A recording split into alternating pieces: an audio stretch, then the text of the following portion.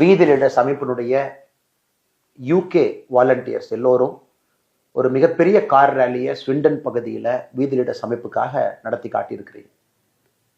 இது நமக்கு தெரியும், ஒரு கிராஸ் ரூட்ஸ் ஃபோக்கஸ்ட் லீடர்ஷிப்பை அடுத்த ஜென்ரேஷன் உருவாக்கக்கூடிய ஒரு பெரிய முயற்சி. நம்ம எல்லோரும் சேர்ந்து பங்கேற்றுக் கொண்டிருக்கின்றோம். அது மட்டும் இல்லை, 50,000 மரக்கன்றுகள் அன்னைக்கு இந்த ஈவெண்ட்டில் குறிப்பாக யூகேல யாரெல்லாம் வாலண்டியர்ஸாக வர்றாங்களோ அவங்களுக்கு டிஸ்ட்ரிபியூஷனும் பண்ணியிருக்கீங்க.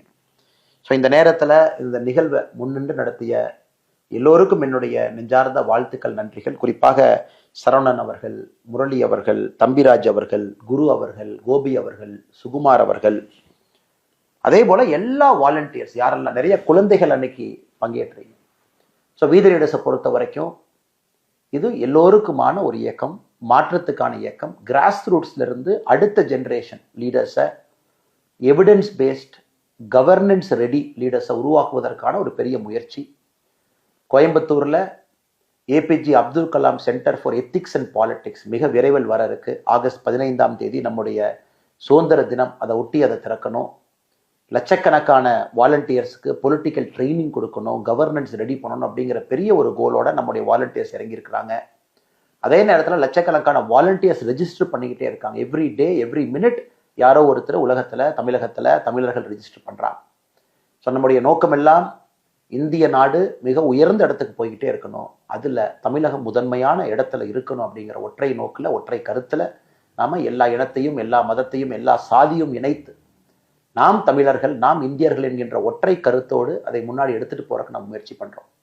அதனால் இந்த வீடியோ மூலமாக யூகேல இருக்கக்கூடிய வாலண்டியர்ஸ், வீதி லீடர்ஸ் அமைப்பில் இணைய இருக்கிறவங்க எல்லோருமே www.vtheleader.org அந்த அமைப்பில் நீங்கள் இணையங்கள் அன்போடு கேட்டுக்கிறோம்.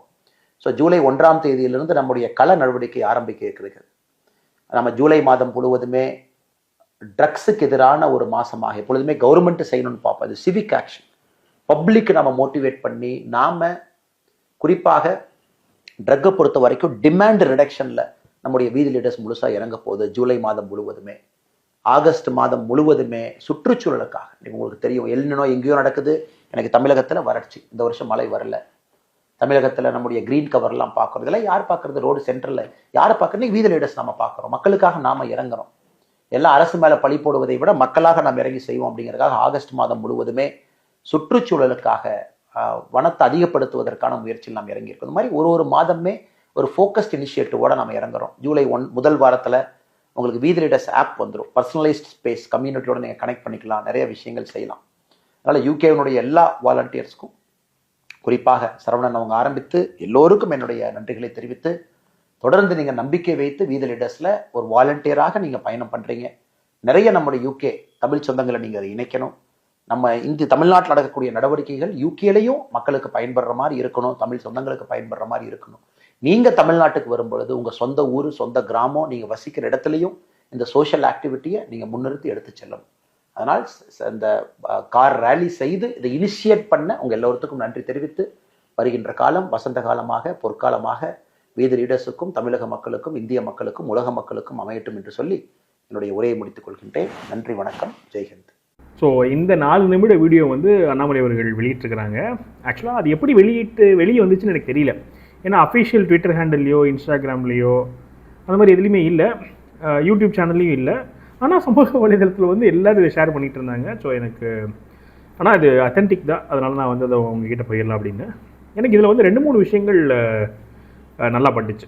முதல் விஷயம் அதிகமாக அண்ணாமலைனா உங்களுக்கு தெரியும், எப்போவுமே அவர் பெரிய நேஷனலிஸ்ட்னு தெரியும். ஆனால் இந்த முறை சொல்லியிருந்தாங்க, என்ன சொல்லியிருந்தாங்கன்னா, இந்தியா முதன்மையாக இருக்கணும், அது நம்ம தமிழில் முன்னாடி இருக்கணும்னு சொல்லியிருந்ததாக இருக்கட்டும், இல்லை ஜெய்ஹிந்த் சொன்னதி முடிச்சதாக இருக்கட்டும், அது மாதிரி அது ப்ராமினெண்ட்டாக சொல்லிகிட்டே இருந்தாங்க. அப்போ நிறைய பேர் சமூகத்தில் சொன்னாங்க, இவரை போய் நீங்கள் செப்பரேட்டேஷன் சொல்லிட்டு இருந்தீங்களே இந்த வடக்கு அப்படின்னு சொல்லி வரும்போது பாருங்கள், அவர் அப்படி தான் சொல்கிறாருன்னு சொன்னாங்க. இது முதல் விஷயம்.